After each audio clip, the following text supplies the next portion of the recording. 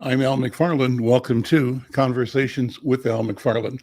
Beautiful day, and I'm having a great program today. I'm pleased to start the program with my friend, and I'll call her my leader, uh, City Council Vice President Andrea Jenkins. She represents Ward 8, right, in South Yes, Minneapolis. And so good to see you, Andrea. How you doing? it's really great to see you, Al. I'm doing well. Things have been really challenging lately, but I think Minneapolis is a strong city, and we're gonna get through the really deep challenges that the coronavirus and subsequent murder of George Floyd and the violence that's going on in our communities today, which is really distressing, and I think we're gonna get through it. Well, I'm hoping this will be the first of several interviews I do with you, Hmm. covering several things, some to do with your position as vice president of the council and as a Sure. representative of the ward, but some as your status as a candidate. And we'll Yeah. probably mix the lines or blur the lines a little bit because all of it's important. And I kind of want to speak to you as a candidate right now. You are running for reelection in Ward 8. But Hmm. Andrea, what shocked me on TV, I think on June 27th, was you being seems like almost barricaded by some angry people in South Minneapolis, and I wanted to get an idea of what that was all about. I don't want to dwell on it, but I Sure. wanted to hear your voice on what the issues were that day and use that as a platform to talk about your vision and your history of service to community. Yeah, no, thank you so much, Al. And for the opportunity to speak on it. This will be the first time that I've really publicly spoken about that incident. I did issue a statement. However, I think as you query what were the issues there, and I think some of the issues were the really um, challenging issues that have been dominating our conversation for the past year and a half, and for I don't know, probably the history of Black people in America. But police brutality, um, as um, as I know we are all deeply concerned about, and community safety.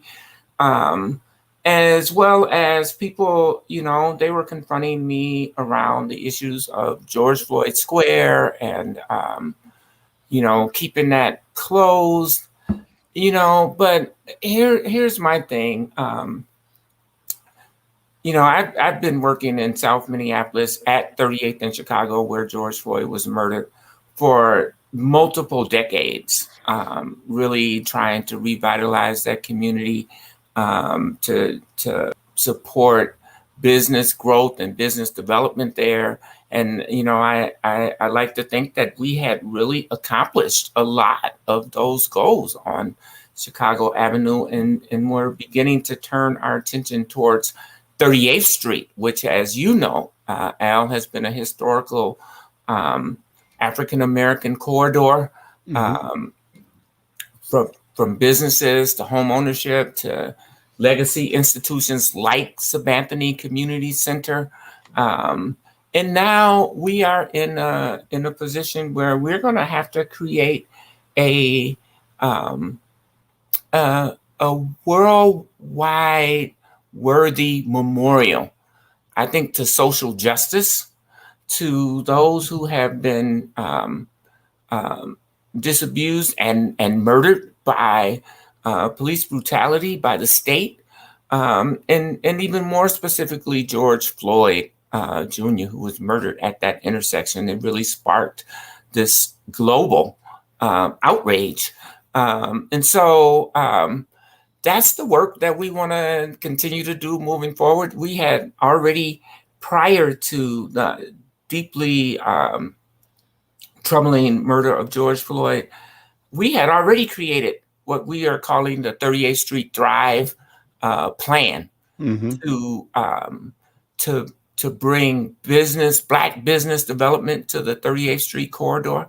We had in there a center for racial healing, because as long as you've been having these conversations, Al, we know that racism has been, I mean, maybe some people just woke up to the fact that Black We've communities, been dealing a long time. but we've been doing this a long time. Yeah. So a Center for Racial Healing, we know we needed that. We've been in pain for a very long time. Mm-hmm. So that's what I've been talking about for the past 3 years. And that's what I hope to continue to do in my second term. Well, the difference is, Andrea, that now we're in position, meaning you in that position represent our ability to effect change. Yeah, And that's why I think your service and your leadership both are critical to our community and to our causes. Let me tell people that might not know you, everybody does know you in town here, but our audience includes an American audience through Black Press USA. We are in partnership with the Black Press of America, the National Newspaper Publishers Association. I'm a member of the organization through Insight News, and we stream this program not only on the McFarlane Media Dashboard Network in Minnesota, but on our national network through Black Press USA. And so for those who might not know you, Andrea Jenkins is the first Black transgender woman to be elected to public office in the United States. She was elected to the council with 73% of the vote. She's a vote getter. And before being elected, Jenkins worked for 12 years as a policy aide to 2 members of Minneapolis City Council and subsequently served as an oral historian for the Transgender Oral History Project at University of Minnesota Libraries. The project documented the lived experiences of transgender and gender non-conforming people in the upper Midwest and the United States. Andrea is a poet, an artist, and the author of a poetry collection called The Tea Is Not Silent, New and Selected Poems. It's by Purple Lioness Press, 2015. And she's a contributor to the acclaimed anthologies Queer Voices, Poetry, Prose, and Pride. That's published by Minnesota Historical Society Press in 2019. Also, A Good Time for the Truth, Race in Minnesota, published by Minnesota Historical Society Press in 2016. And finally, a contributor to Blues Vision, African American Writing from Minnesota, which is also a Minnesota Historical Society Press project in 2015. Bachelor's degree in Human Services, a master's degree in Community Economic Development, and a Master of Fine Arts in Creative Writing. Lots of awards, including a Bush Foundation Fellowship. I say all that to, again, have people focus on all the energy, training, investment that you bring to the table of decision. And I think it's important that you bring a wealth of experience, knowledge, and commitment and history to each moment that you work for the public good and the good of humanity, I think. So I want to take that introduction, Andrea, and ask you to talk about vision again. You mentioned a little bit in the first comments, but your vision for our city and for our community that comes from within all the places that you stand. Let me, Al, I do want to just commend you on the work that Insight News has been doing to bring information and really highlight and lift up critical stories and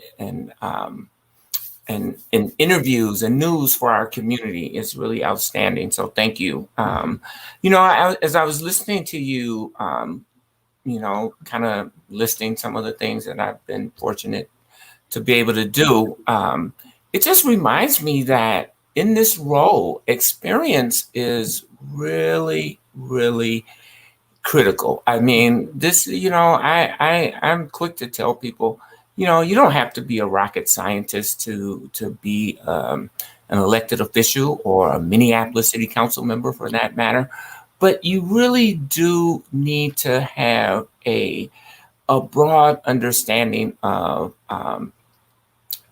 many issues and how to balance the real, I think, needs and desires of different people, and balance that with what is the right thing to do for the most number of people in our communities. And so, my vision again in the next term is to really be focused on economic justice, on environmental justice. To that end, I introduced and subsequently we just last week got funded a truth and reconciliation process in the city of Minneapolis to really get to the core of the issues that are impacting life here in the city of Minneapolis. And as you mentioned, more broadly all across this country. But really highlighting that kind of work and institutionalizing that kind of work because, hopefully I will return to the Minneapolis City Council in 2022, but, I certainly won't be there forever. And we need to make sure that we have some systems that are in place to continue to address and redress the harms that have been done to communities of color, marginalized communities. One of the really, I would say, unique things about this, Al, is that we are including African American and Native American voices in this process. And that is something that has not been done in this country to date. It's a challenge. I won't dispute that. But I think the thing that we have in common is that America, unlike any other ethnic groups, has really legislatively as well as just culturally stunted and disrupted and even to some in many instances denied opportunities to Native and Black communities. And so we want to try to bring those two communities, those two voices together, seeking redress, reparations, and I think above all, a dialogue that helps us all move forward as a community. I've been reading Heather McGhee's book lately called The Sum of Us, how racism really impacts all of us. And that is so true. We don't move forward as a country. If not for racism, Al, we would have universal health care in this country. We all know we need it. But the main reason why we don't have it is because of racism. The powers that be don't want Black and brown communities to have access. They would rather almost drive this country bankrupt. Let me ask you to back up a little bit, Andrea, council member, and talk more about truth and reconciliation. I've had this come up several times with other candidates who are running for office, and I find it intriguing. I think necessary and appropriate, but I'm glad to see the council has acted on it. Talk about how that's going to work. What's the mechanic, the structure, the process for truth and reconciliation in the city of Minneapolis? So just to be real clear, so we just finished up what we were calling a truth and reconciliation work group. And we had several really dynamic, experienced, and deeply rooted community members as a part of that. And they put forth a set of recommendations that were just adopted by the city council to develop a Truth and Reconciliation Commission. Okay. And so that commission, which we anticipate will be formulated likely by the end of this year, they will then work to develop those mechanics and how this process will work. But what we have done, and part of the challenge, I think, Al, and this came up in the work group, is it the role of the city to lead this work? Or is it the role of a community organization or a community group or some kind of, maybe not elected, but community approved work group that will lead the efforts? What we do know, and what I do know, is that the city must be an active partner in that work. We have to come to the table with resources in order to support that work. And we do want to invite other philanthropic groups, corporations, etc., to be a part of supporting this work. But the city must have a role from that standpoint.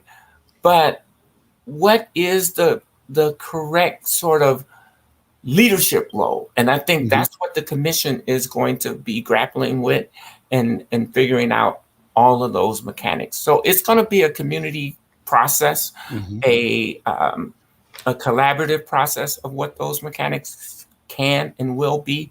And I hope that Insight News and other media outlets continue to pay attention to this issue and help us to drive that work forward.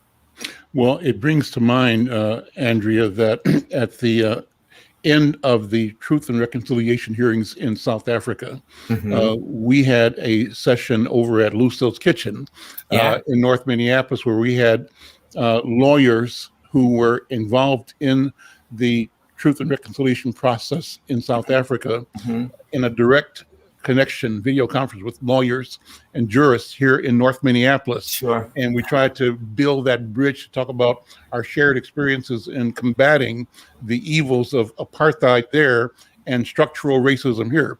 And so your comments now and at the early formative stages of the commission are really significant. I hope that Insight can play a role of maybe revisiting the people in South Africa so we can use the experience, their lived experience as part of how we guide these conversations here in Minnesota. Same thing with the Hutu and Tutsi conflict in Rwanda. And we work with them as well. So there are connections there that make this local issue a global issue, therefore a human issue and worthy of consideration. I'm glad you're doing that. Yeah, I want to just alert you that in August, members of our work group, as well as staff from the city of Minneapolis and myself, will be on a panel sponsored by the State Department. So you're absolutely right. This is a global issue. I really, really am committing on air right now, Al, that we should host a forum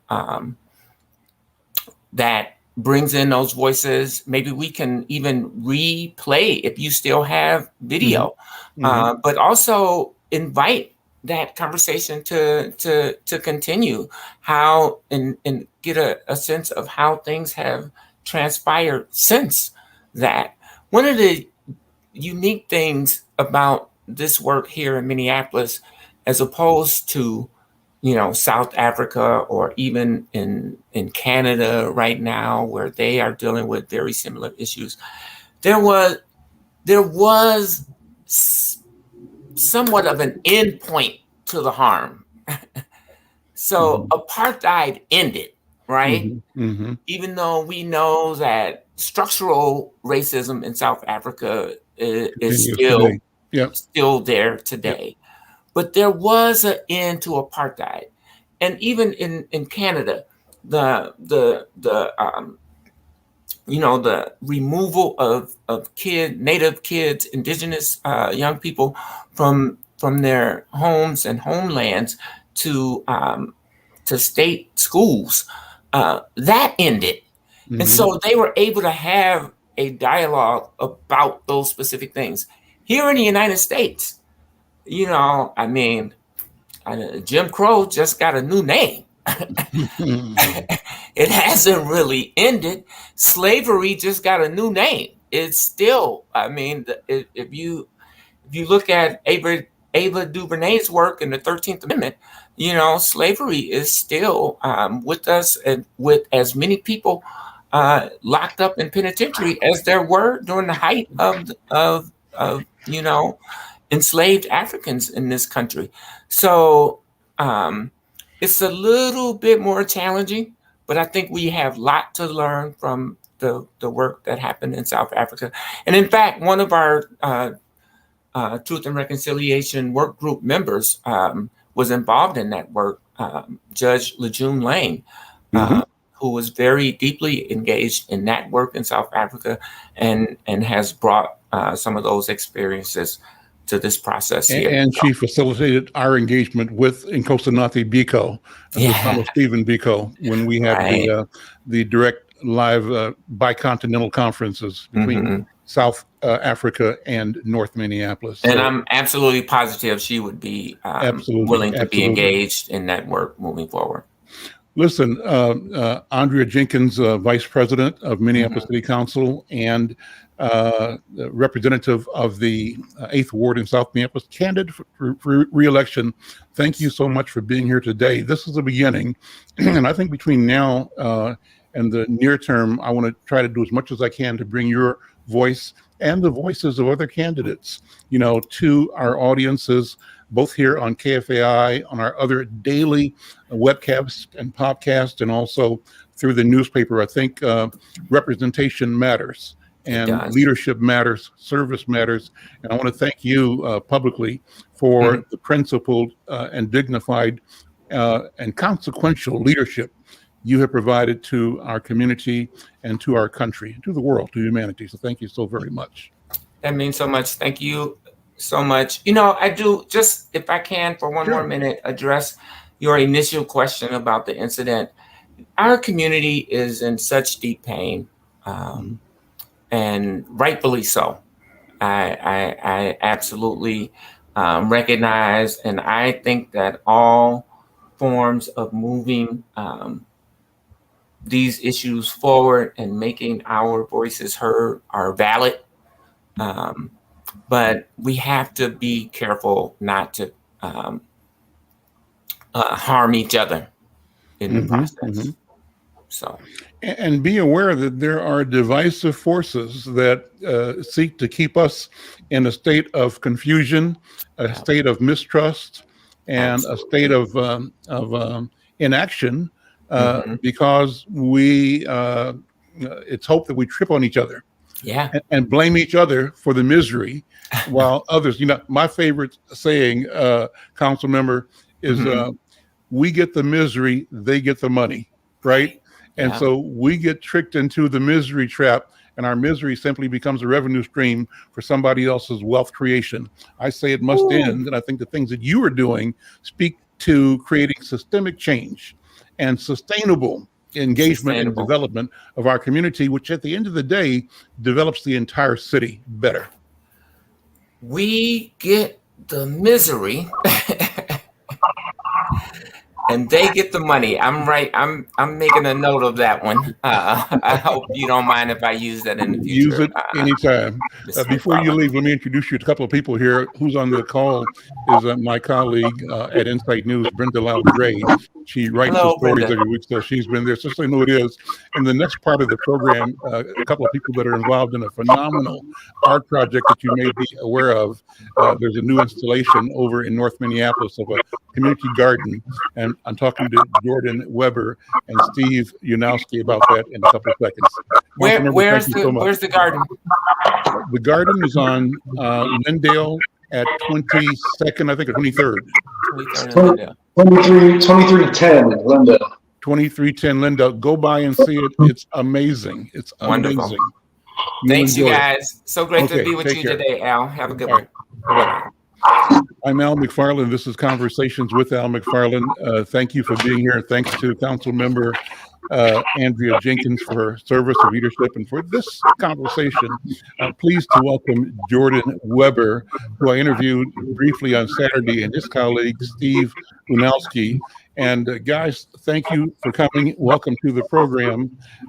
On Saturday, July 10th, you celebrated the opening of a new community garden. It's at 2310 Lindale Avenue North. I was there for a minute. I missed the performances, but I had a chance to talk with you, Jordan, and your partners in the project, and I left completely blown away by what you all have done, what you are doing, what it means, and the expansive, generic, I'll put this out there, almost cosmic nature. What's the right word for it? Cosmic. I mean, there's something universal, and that is fundamental about what you're doing, and you're tying things together at a very small micro level in ways that has a ring of truth at a grander cosmic level. Jordan, good afternoon. How you doing? Good. I'm doing great. I appreciate that. I like that cosmic approach that you have to the project, because a lot of my practice really guides itself in a way to reconnection to the cosmic level. So I like that approach. Lean into your microphone if you can, and I need a consistent, strong voice. Yeah, I'm in a really tight echoey. Okay. Space. Is that better? I think that's better. The station is telling me we're getting a lot of background noise. So if you're not talking, Brenda, maybe mute your microphone, and only the person talking with me with microphone. So, but Steve, put yours back on right now. Let me ask you to introduce yourself, and let's talk about you and Jordan about your collaboration. Steve, I'll ask you to describe the background of the project. So I'm going to have to actually slightly separate, because we have watched Jordan's project from afar in Richfield. We're actually partnering with Dolores Works, and we are serving a wide range of enrichment opportunities using our strong members of the Black community, including Dr. Dolores Henderson, the founder of Dolores Works. You're on my next panel, then. I got you. Yes, Thank you. So, I think early bird gets the worm, so I'm going to... You're early. Okay, that's fine. Just stay there and mute. Jordan, it's me and you now. Jordan, are you there still? And I might have lost Jordan for a second, but I'm sure he'll be right back. And so I can tell you that I had this wonderful conversation with Jordan on Saturday, and we sat in the garden that he created. It's a community garden. There are beds of vegetables and herbs that are arranged in a specific layout on the garden plot. On either end of the garden are two watering stations, sculptures that collect water and filter the water and then serve the water to the ends of the garden. The two items on both ends of it are like basketball hoops, and the garden itself is laid out like a basketball court.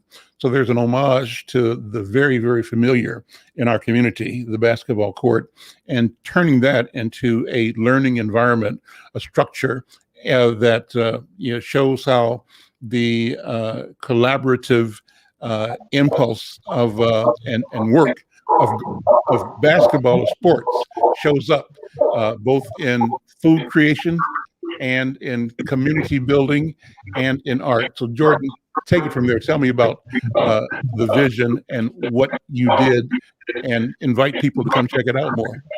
Yeah, I'm doing a mic check again. Can you hear me all right? Sound perfect now. Great. Okay, great. So that the approach is to sync a visual like basketball into an urban garden, and the idea behind that is to really identify as an approachable element of an art project that's common to a lot of my background and a lot of backgrounds of Black and brown males.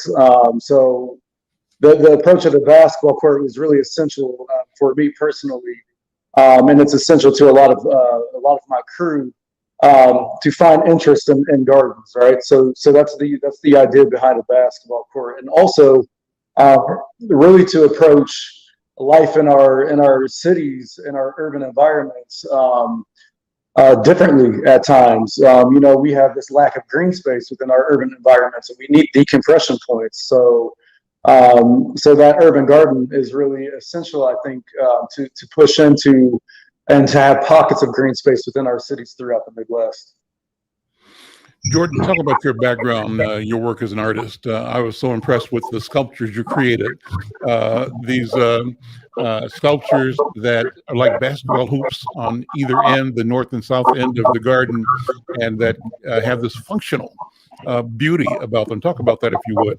Yeah, I kind of touched on that a little bit. You know, I played collegiate basketball, and I thought I was going to be one of those guys that went at least overseas to play professionally, and I got hurt. So I'm always trying to reconstitute basketball into these projects, and those hoops specifically act as water collection mechanisms for the rain gardens below. We have lack of access to water in a lot of our cities, but specifically on that site, we're 7 blocks away from the Mississippi, and we can't get water on that site.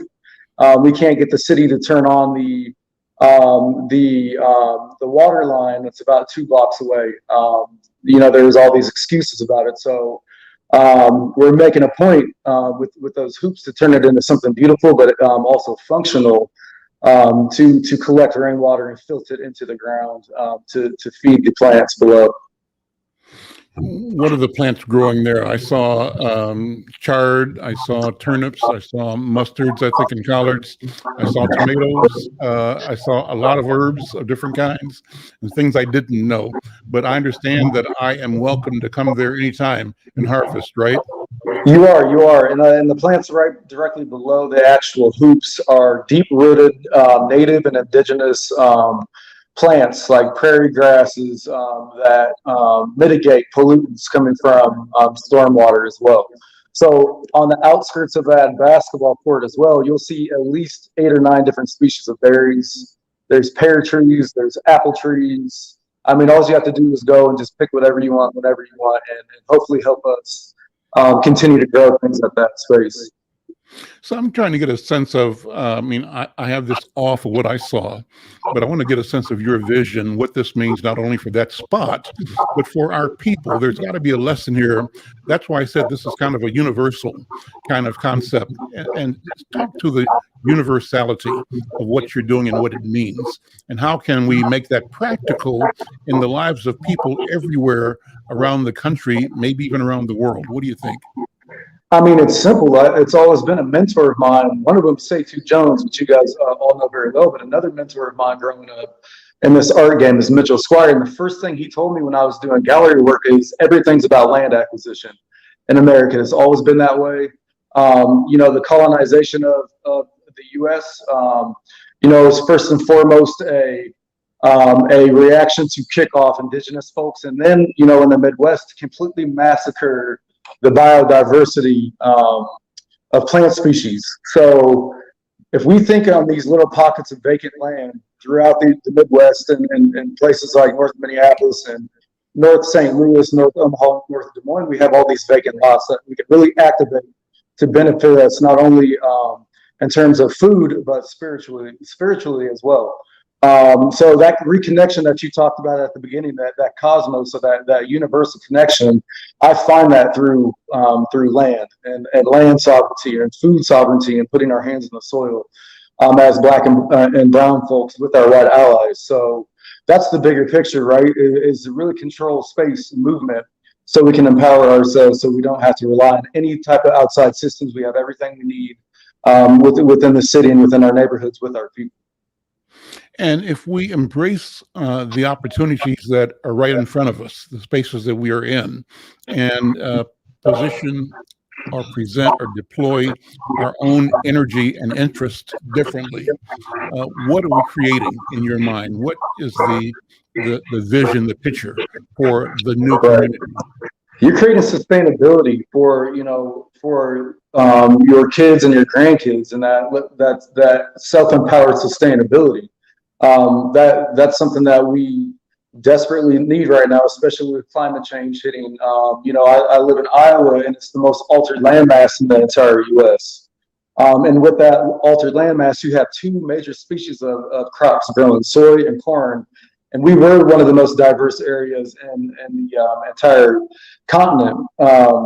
So if you think about flipping these mechanisms and counterpunching white supremacy and oppression, we see through land that we can sustain and really grow back the biodiversity of land and also the peoples in that space. Let me ask you to invite our listeners and viewers to participate, to know and enjoy the installation, how long it's going to be around, is it permanent forever, and invite them to engage. We hope it's going to be around forever. You know, our number one partner is Youth Farms, and if you guys don't know about Youth Farms, they have sites all over the north side, and they just acquired about 5 acres of land on the north side as well. So they have a 5-year contract, a 3 to 5 year contract on that site. And after that, we're really hoping to see if we can acquire that space. And not only just acquire this space to keep it going, but get larger plots of land as well throughout the north side. At that site, we were talking to the African American Museum to see if we couldn't get a bigger site going in about 2 years' time. So hopefully, if nothing else, this site can act as an example to all the amazing environmental justice work that, like, for example, Roxanne O'Brien has been doing on the north side already, and continue her legacy and the legacy of other people that have been and are doing great work in North Minneapolis. So we hope 3 to 5 years, and then to do bigger projects. I'm Al McFarlane. This is Conversations with Al McFarlane. I'm talking with Jordan Weber, who has led a collaboration with Youth Farms to create a community garden on the corner of, I think, 23rd and Lindale, 2305 Lindale Avenue North, and 2308. 2308 Lindale Avenue North, and I'm joining him and inviting you to come check it out. It's an amazing installation. It's art, but it's alive, and I'm picturing in my mind as we speak, Jordan, the two basketball hoops that you constructed out of, it's like sheet metal, but they're functional because they capture and distill rainwater for the feeding of plants that you created there. So go check it out. Let me switch my focus now to Dr. Dolores Henderson. Jordan, stick around as long as you can. Jump in the conversation. Dolores Henderson is a person that you are connected to without knowing. She is one of, say, two Jones's mentors, as she is mine, and a friend and leader and educator in the community. And all the things you're talking about in the area of art and of sustainability, of empowering our community through taking our space, she is doing in the arena of education and beyond. And that's why these conversations are connected and they are vital and essential. Dr. Henderson, good to see you. How are you? Now, I think you're not muted, but I'm not hearing your voice right now. So, and maybe Dr. Henderson and Dr. Lynette Scott and Steve, you all unmute if you would, so we can talk to all of you. Okay. I think and the reverb happens, I think, when somebody has two devices open at one time, either a telephone and a computer, or two different ideas. If you have headsets that you can wear, that makes it easier too. But let's try it again, Dr. Henderson, see if we can hear you without the feedback.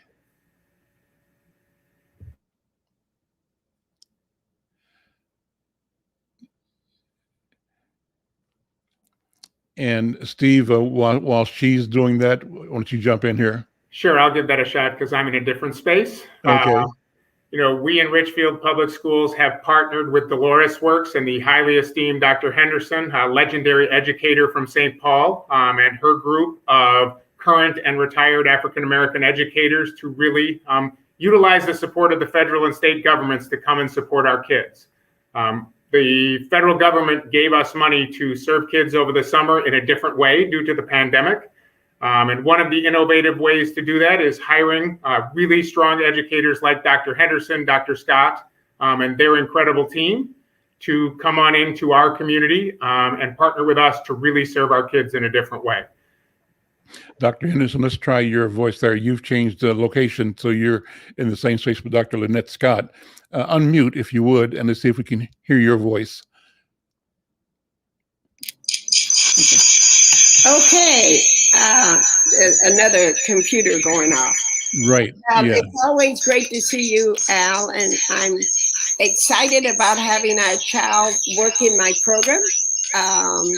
She's wonderful, teaching creative arts, but I just want to commend Mr. Yanowski. Here is an outstanding superintendent and educator who's about teaching and training our students for the future, not just today, but the future. And I respect that. We've known each other for years, and we're on the same page with each other as far as education, and especially. And that is critical right now, Al. I was just in a science room and in your daughter's creative writing room. The children are so excited about learning. And that's what Mr. Yanowski and I have always tried to impress and embrace in education. So as I was listening to Jordan earlier, we really should connect with Mr. Yanowski and myself, because climate change is critical. And I was just on an international panel, Al, 2 weeks ago, talking about the same thing, climate change, and how we as, especially people of color, should get involved in dealing with climate change. I was very impressed. I was on the panel with the gentleman from Africa and Australia, along with Dr. Oliver Spencer, and Mr. Yanowski might remember Dr. Spencer, who was an educator in St. Paul. But one thing I want to say about Richfield School District, it's a school district that is reaching out to our community and embracing the children within our communities. That's what we need, as Jordan was talking about, how we're going to really come together and look at what our needs are, and working in our community to let our families know we're all connected. Mm-hmm. We're not separate. And I just want to shout out to the Richfield community. You have an excellent superintendent who's reaching out to us, Al. And that isn't so. I tried to work with other school districts, but because we know how we're on the same path, Mr. Yanowski and me, we connected. And we're seeing children excited about learning. We're seeing children who are excited about seeing people who look like them, and people that can speak the same language that they can speak, and just have a relationship with them. And this is what I love about my program, Dolores Works, connecting with families, connecting with students, and most of all, connecting with school districts. And this is why, and I know you've heard a lot about the program because of your daughter being part of this program. Mm-hmm. And so I think the connection that you're making with Jordan, that you're making now with Mr. Yanowski and me, we can be a strong force in the state of Minnesota. So we want to thank you for this, Al. Well, I want to thank you for what you have done and what you are doing. I can tell you that Batala, my daughter, who is the publisher of Insight News and who runs our business, is excited to be working with you, Dr. Henderson, and the children that you've put her in front of as her first teaching experience. And so she's excited about that. I'm glad for her as well. And, one of the things that you are bringing, I looked at some of the people that are on board with you. It's like a cast of thousands almost, but you bring an A-list group of leaders and artists and activists into face-to-face contact, people that are making a difference every day, real time. And so as these builders continue their path for creating community moment by moment, you are placing them in front of and with and alongside young people who will be inspired by them and who will inspire them. Right. And I think that's the one, and that's got to be what the equation for learning is all about. Steve, am I making sense to you? Does that resonate with you as an administrator? Absolutely. The powerful people that Dr. Henderson has helped bring into our community will serve our kids now and into the future. I mean, we all know that in education, it's easy to find nerdy middle-aged white men to serve our kids. What you don't find often is esteemed Black elders and esteemed Grammy-winning award artists, amazing art activists, artists, and people who look like our kids who can influence them and create great opportunity for our kids. It's just incredible for us and an honor to be part of this work. And so, Dr. Henderson, we talked about this a couple of years ago when you launched Dolores Works, and Right. I'm pleased to know that it continues to grow and that you found this collaboration that seems to be made and providential with the Richfield School District. Where do you see it going beyond this, and why hasn't there been a ready embrace of the opportunity by the two districts that we're most familiar with, and that's St. Paul and Minneapolis? And I don't know if that's a fair question for you or not, but Yes. I'm throwing it out there. Yes, and I'm glad you are. And, here again, it's about relationships. And Steve and I have been connected for many, many years, over 25 years. We have daughters who are very much connected in dealing with the violin and other learning pursuits.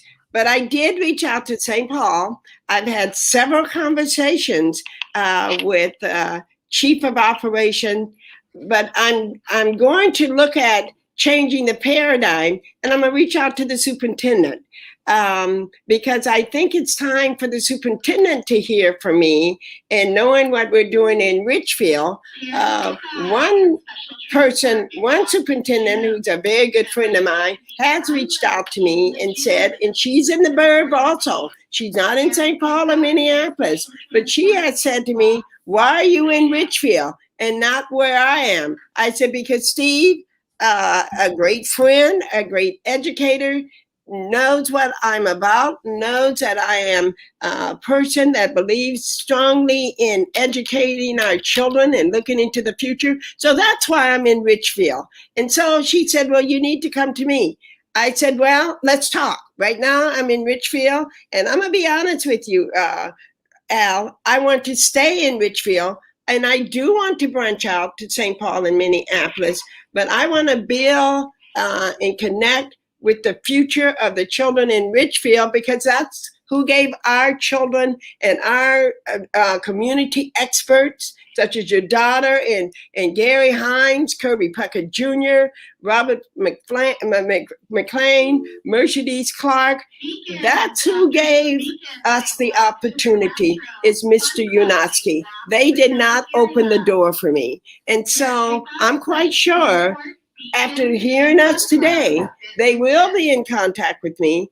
I've sent an email, and I'm sending another email to the superintendent of St. Paul. I'm going to reach out to Suzanne Kelly, who's a very good friend of mine. But that's where we need to be as well, Al. You're absolutely right. And so I want to be in St. Paul and Minneapolis, but I also want to stay in Richfield, because here's the opportunity. You never leave the house without making sure that house is covered. And Richfield is a house that opened up for us. And I'm excited, but I am going to reach out to St. Paul and Minneapolis, because Robert McLean, the photographer, and you know Robert McLean, of course. He said, "I love being in Richfield, but why aren't we in St. Paul? That's where I was born and reared, and that's where we need to be." Also, Al, I'm going to reach out, as I said, to Minneapolis and let Steve tell them how excited these children are out here and the impact that we're making. And I want to bring in Gary Hines. Gary Hines just came into the office here, and, Put him on. and here he is. Gary Hines, please. Hey, Gary, how you doing? Yeah. How you doing, Jordan, man? do you know Gary Hines? Well, heaven help us. Jordan, Gary Hines is the famed, stellar creator of Sounds of Blackness. And we normally open this program with the music, Sick and Tired of Being Sick and Tired, and also his newest release came out Juneteenth, called Time for Reparations. Gary's been a friend, an elder, and a leader, and a force in the world of creativity globally for 50 years now with Sounds of Blackness. Gary, how you doing, my friend? Oh, bless you at all, my brother. I hope I can live up to 1/10 of that, but we appreciate the love, man. Well, I'm just saying that I love what Dolores Works is doing by engaging people like you and people like Robert McLean, people like my daughter, Batala McFarlane. Yes. And even though Jordan's not in your project right now, but it's people like Jordan Weber that answer this call that is being put forth by Dolores Works. And you all respond to a genuine opportunity to do you. And in doing that, bring other of our children, families into awareness, knowledge, and belief in self. Yes, sir. We surely try. It's an honor. Dr. Henderson is just a force of nature. Always has been for as long as I've been blessed to know her. And this is something to me that not only should be a model locally, but nationally, and for that matter, internationally. I really mean that. Great. Jordan, jump in. You're watching this from out of the market here, but I'm glad you're able to stick around and just jump in the conversation. And this is an unscripted program, so it's fun. And I mean, most of the time when this happens too, we're face to face, right? We're not in a Zoom, and things start to mesh together too. We start talking about the next steps, like what's the project, what's the next steps of getting our hands in the soil together in Minneapolis and St. Paul. We keep talking about Setu Jones. He's got Frogtown Farm. Like, how does that look with St. Paul Public Schools and Minneapolis Public Schools? Like, I'm here for it. If you guys want to push, I got a couple friends that work at North High in North Minneapolis. I got friends, my closest homeboys are barbers on the north side. Like, if there's something that happens from this or comes from this conversation, and you guys want to continue to see how we can get over to Minneapolis and St. Paul, just let me know. I'm here for it. Well, Steve raised his hand. I saw him raise his hand. Jordan. Yeah. What about Richfield? Right, how about Richfield? So, Jordan, you want to know why Dolores Works is in Richfield? I'm going to tell you now. You're having trouble with water. You're having trouble with land. Come on down. We will figure. You want to start working together in Richfield and bring an urban gardening project to Richfield? We'll figure it out, and you won't hear us with excuses. We'll work our way. I mean, I'm down, and I did not mean to leave Richfield out. My bad on that. That was not my intention at all. But yeah, I mean, that project is meant to be blown up into a larger project with more land. If you get an acre of land, that makes an impact on the community at a much greater volume scientifically. It mitigates and cleans air at a much greater volume as well. So if you guys got land and you guys got institutional support and we got funding, which I know Minnesota does in their arts, let's get it going.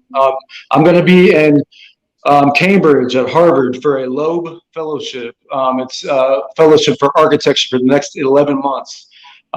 So if you guys want to continue the conversation, I have resources at MIT and at Harvard. So we can keep it going if you guys want. I'm ready. Gary, what are you working on now? What are you presenting? Go ahead, jump in. Jordan, I'm glad to hear that, because this connects with what Mr. Yanowski is doing in Richfield with Dolores Works. It also connects with the arts. Gary Hines, I think we can go in many different directions with what you're trying to do and bringing in Gary and our artists, because this is very much needed. As I said, this is happening everywhere but in between.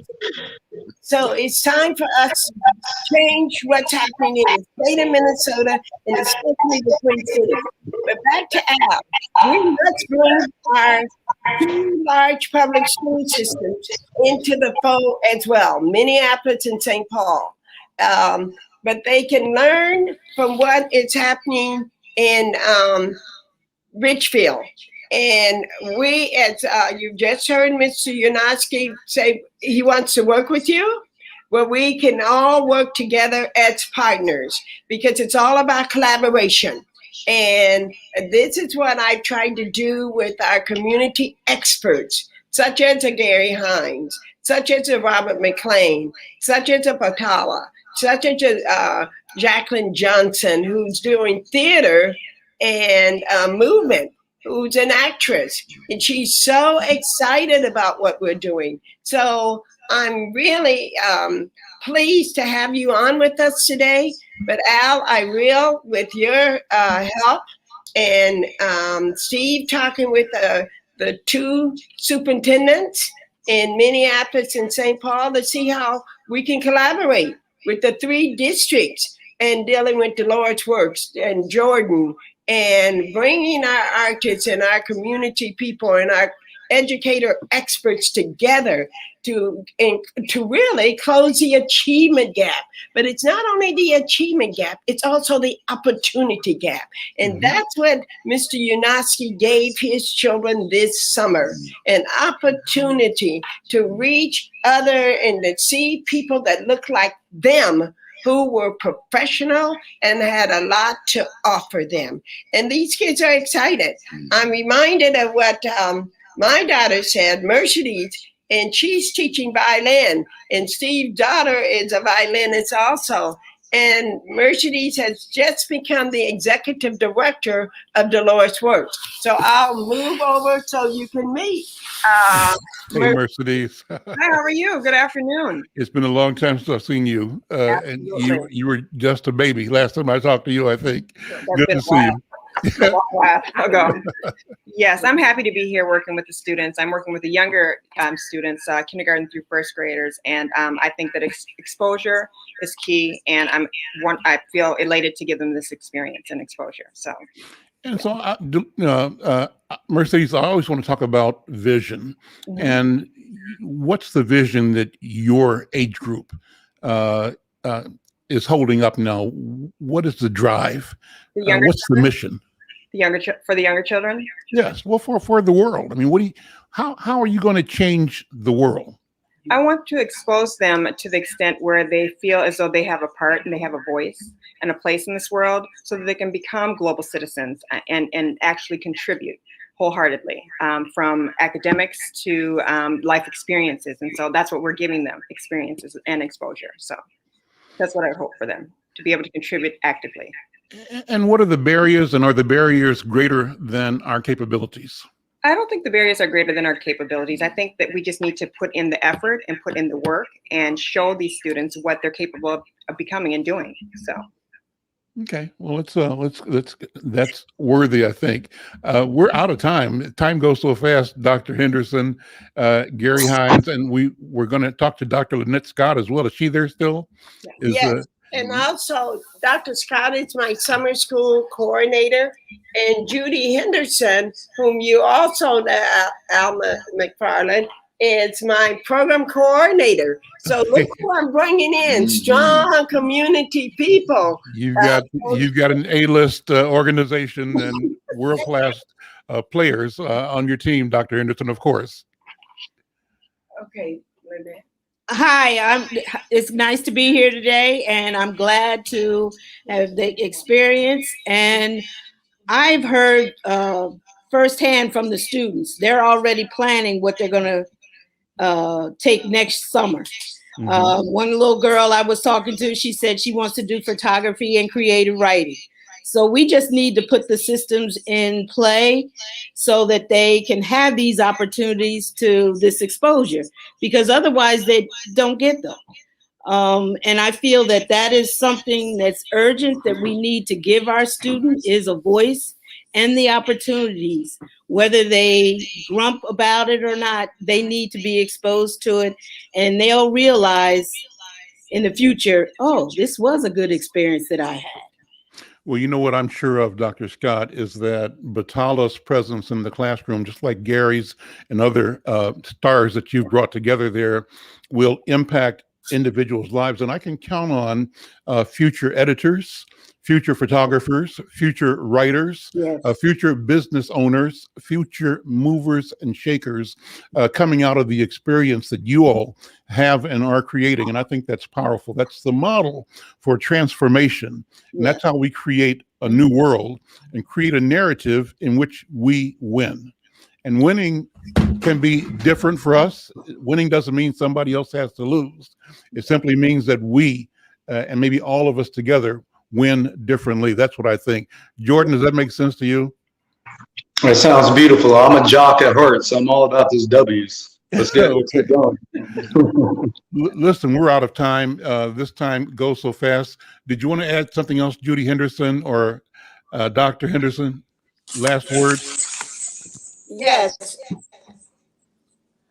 Judy Henderson. Hello, it's good to see you again, Mr. McFarlane.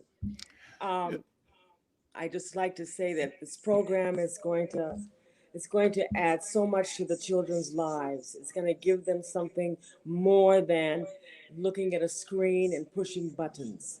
They're going to have to know how to do more in life than looking at a screen and pushing buttons. And this we got to cut it off right there. I want to thank you and thank all of you for being here. Steve, Jordan, Dr. Henderson, and the team, Gary Hines, Brenda, thank you all. I'm Al McFarlane. We'll see you next time.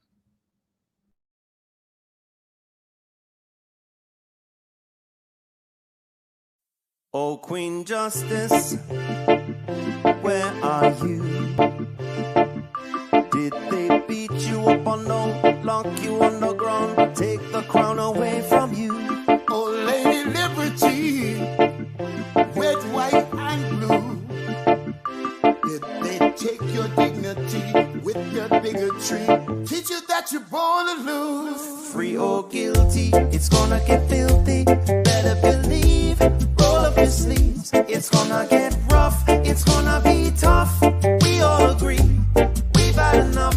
We've had enough of all the rules you break. We've had enough of all the money you make. We've had enough. No more life gets taken. We've had enough. This is a proclamation. It's been 400 years and we're 400 late. Together we stand from state to state. Going back in time won't make America great. We need justice now, people won't wait. Action, no more distraction. Every step we take, we gain traction. If it can happen to one, it can happen to all. United we stand, divided we fall. Free or guilty, it's gonna get filthy. Better believe, roll up your sleeves. It's gonna get rough, it's gonna be tough. We all agree, we've had enough. We've had enough of all the rules you were breaking. We had enough of all the money you were making. We had enough. No more life gets taken. We had enough. This is a proclamation. Free or guilty, it's gonna get filthy. You better believe. Just roll up your sleeves. It's gonna get rough. It's gonna be tough. We all agree. We've had enough. We've had enough of all the rules you're breaking. We had enough. All the money you're making. We've had enough. No more life gets taken. We've had enough. This is the proclamation. We've had enough. Trayvon Martin and Tommy Rice. We've had enough. Michael Brown and Eric gonna pay the price. We've had enough. Philando, Breonna, George Floyd. What? We've had enough. So many gone. How can we fill the void? How can we feel? We've had enough. John Crawford, I know you've heard. We've had enough. Sandra Bland, come on and take a stand. We've had enough. Sean Bell, what the hell? We've had enough. Freddie Gray, did you hear what I said? We've had enough. This is a proclamation.